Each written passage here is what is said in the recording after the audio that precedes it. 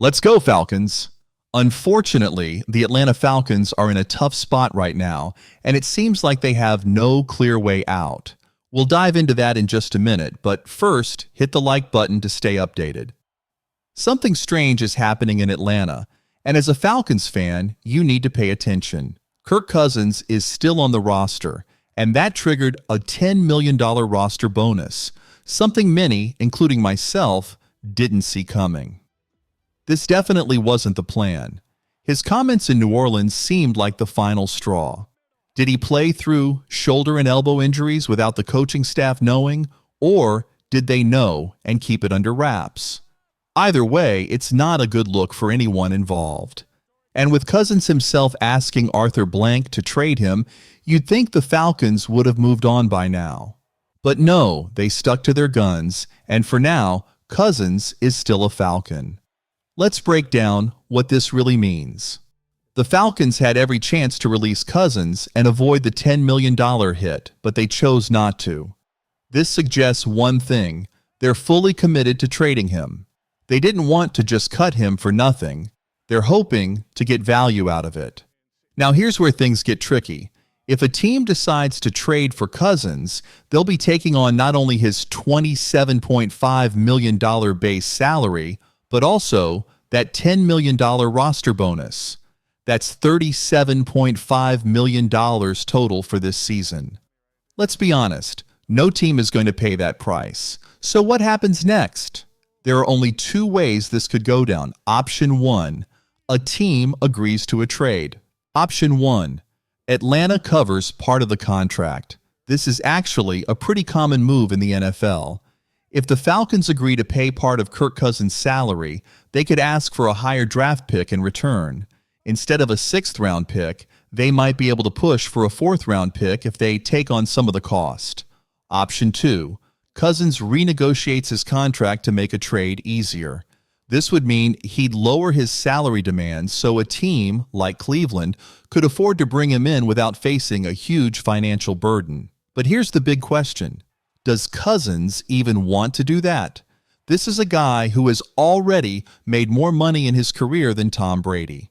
He secured over $300 million in his time in the NFL. So does he care more about money or playing time? Because if he sticks to his current contract, he risks being released late in the offseason when all the starting spots are already filled. He'd be left without a team, and his career would be in limbo. That's the gamble he's taking right now. Let's be clear, Kirk Cousins will not be on the Falcons roster when the season starts. Keeping him doesn't make sense for the development of Michael Penix Jr. You don't want your rookie QB learning from a guy who doesn't want to be there. Instead, you want someone like Jacoby Brissett, who fully embraced mentoring Drake May last year. That's the kind of veteran you want in the QB room, not someone who's asked the owner to trade him. So what's the trade market looking like if the Falcons decide to move Cousins? The most likely return is something similar to the Justin Fields trade. Fields was sent to Pittsburgh for a conditional 6th-round pick that could turn into a 4th-round pick based on playing time. That's probably the best-case scenario for Atlanta. If the Falcons cover some of Kirk Cousins' salary, they could get a 5th-round pick that could turn into a 4th-round pick based on certain incentives, like if the new team makes the playoffs or if Cousins plays at least 50% of the snaps. But don't expect anything too high. Getting a 3rd-round pick or more is a long shot. The market just isn't there. Then there's the nuclear option. The Falcons could just release Cousins if a trade never happens. That would mean they eat the $10 million roster bonus. But honestly, that's Arthur Blank's money, not cap space. If Blank is okay with cutting the check just for the chance to trade him, then financially, it's not a disaster. The only real risk is looking foolish if they hold on too long and end up stuck paying for a quarterback they didn't even want in the first place. So now the ball is in Kirk Cousins' court. Does he want to restructure his deal and find a new team, or does he want to sit back, collect his money, and risk being unemployed in September? Falcons fans, what do you think?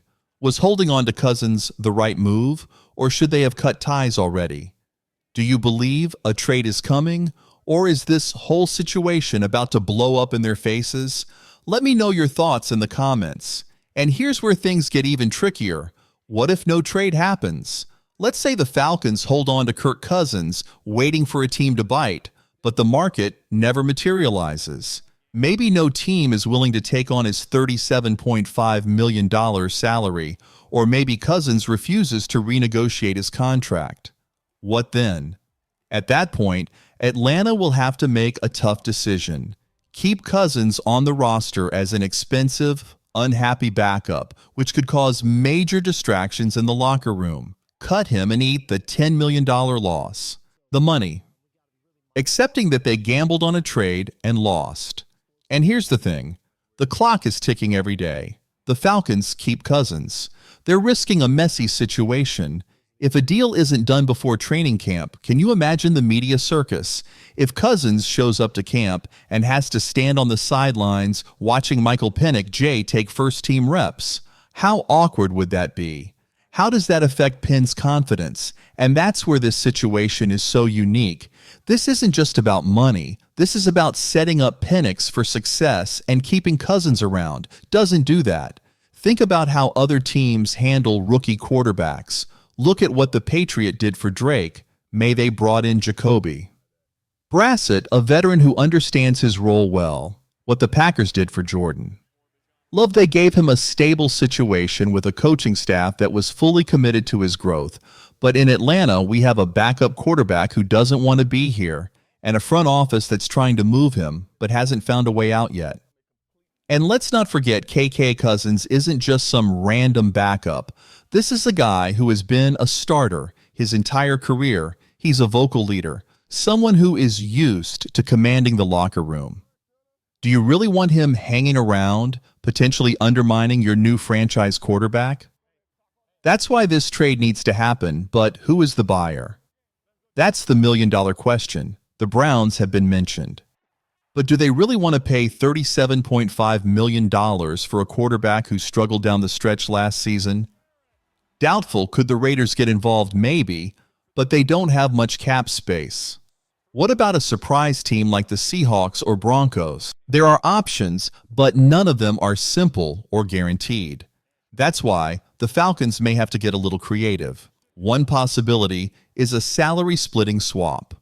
The Falcons could agree to pay some of Cousins' salary to make the deal more attractive. Let's say Atlanta covers $15 million of the contract. Suddenly, a team like the Browns might be much more interested because they'd only be on the hook for $22.5 million, which is a much more reasonable number. Another option is to attach a draft pick to the deal. For example, the Falcons could send Cousins and a fifth-round pick in exchange for a third-round pick. This kind of pick swap happens all the time in the NFL. But here's the reality. The longer the Falcons wait, the harder it gets to make a trade. The pressure is on Terry Fontano and Raheem Morris now. They made the decision to keep Cousins after the roster bonus deadline. Now they need to prove it was the right decision. So what do you think, Falcons fans? Do you still believe a trade is coming? Let me know in the comments, and don't forget to subscribe and hit the like button. Go Falcons!